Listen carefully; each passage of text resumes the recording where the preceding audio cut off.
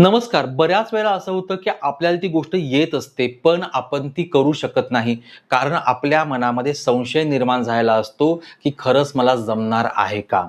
हे भगवद्गीतेमध्ये देखील सांगितलेलं आहे आणि ज्यांच्या मनामध्ये वारंवार संशय येतो, त्यांची अवस्था कशी होते, हे भगवंतांनी 4थ्या अध्यायामध्ये 40व्या श्लोकामध्ये सांगितलेलं आहे. तुम्ही भगवद्गीता द प्रॅक्टिकल या विषयाला जो काही प्रतिसाद देत आहात, या सीरीजला, याबद्दल खूप छान वाटत आहे. आपण 700 श्लोक बघणार आहोतच, पण त्याचबरोबर आपण काही 1-2 श्लोक बघणार आहोत अगोदर, की कशाप्रकारे आपल्याला ह्या भगवद्गीतेचा अभ्यास करायचा आहे. आपल्याकडे क्षमता आहे, पण स्वतःवर संशय असेल, तर त्याच्यामुळे काय नुकसान होतं, हे सांगणारा हा श्लोक आहे. तो आपण पाहूया.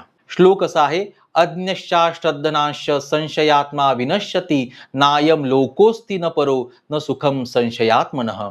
अर्थ, ज्याच्याकडे ज्ञान नाही, ज्याला कशावरही श्रद्धा नाही आणि ज्याचं मन सतत संशयाने ग्रासलेलं आहे, अशा संशयात्म्याचा विनाश होतो. अशा व्यक्तीला या जगात किंवा परलोकात म्हणजे कुठेही त्याला सुख मिळत नाही.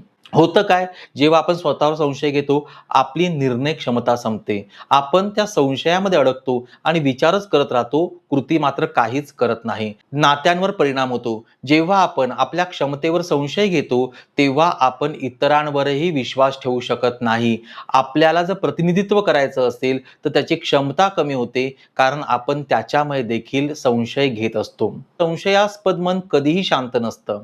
ते नेमकं काय होईल, कशामुळे होईल, कधी होईल या भीतीत असतं. त्यामुळे वर्तमानातील आनंद तो घेऊ शकत नाही आणि त्यामुळे चांगल्या सुखाला तो मुकतो. याच्यातून बाहेर पडायचं असेल तर काय करावं लागेल? या 3 गोष्टी आज आपण पाहणार आहोत. एक, ज्ञान मिळवा. संशय कुठे संपतो? ज्या ठिकाणी ज्ञान असतं, त्या ठिकाणी संशय संपलेला असतो. आपल्याकडे ज्ञानाचा किंवा माहितीचा अभाव असेल तर संशय वाढतो. त्याचबरोबर आपण कोणत्याही विषयामध्ये खोल अभ्यास केला तर आपला संशय आपोआप कमी होत जातो. श्रद्धा ठेवा. इथे श्रद्धा म्हणजे स्वतःच्या कष्टावर आणि ईश्वरी शक्तीवर असलेला विश्वास असा अर्थ आहे.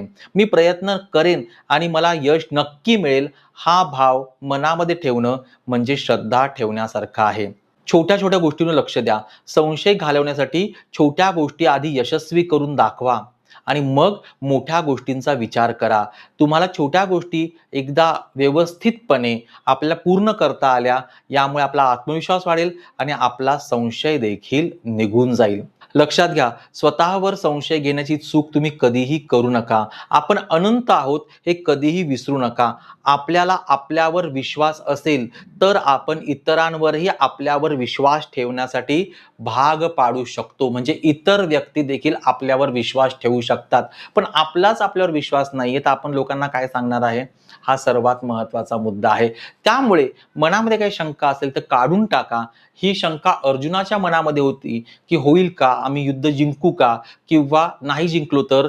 तर ही सगळी शंका जी अर्जुनाला स्वतःमध्ये होती, ही काढून टाकण्यासाठीच भगवद्गीता सांगितली गेलेली आहे. त्यामुळे सेल्फ डाऊट असेल, स्वतःवर शंका असेल, विषय सोडून द्या, विचार करणं सोडून द्या आणि बघा आपलं जीवन अजून छान, अजून उत्तम बनणार आहे. दिनांक 20 मार्च ते 26 मार्च हे 7 दिवस आपण वाल्मिकी रामायण या विषयावरती ऑनलाईन सेशन घेतो आहे. याच्या माध्यमातून वाल्मिकींनी रामायणामध्ये जे काही सांगितलं, या सगळ्यांचा उलगडा आपण करणार आहोत.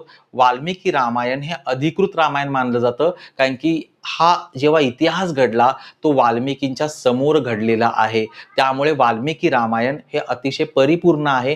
त्याचा अभ्यास करणार आहोत आणि त्याचबरोबर आपण गीत रामायण जे ग. माडगूळकरांनी लिहिलेलं आहे, त्याच्यामधले देखील काही संदर्भ घेणार आहोत आणि त्याच्या माध्यमातून हे 7 दिवस आपण राममय आयुष्य जगणार आहोत.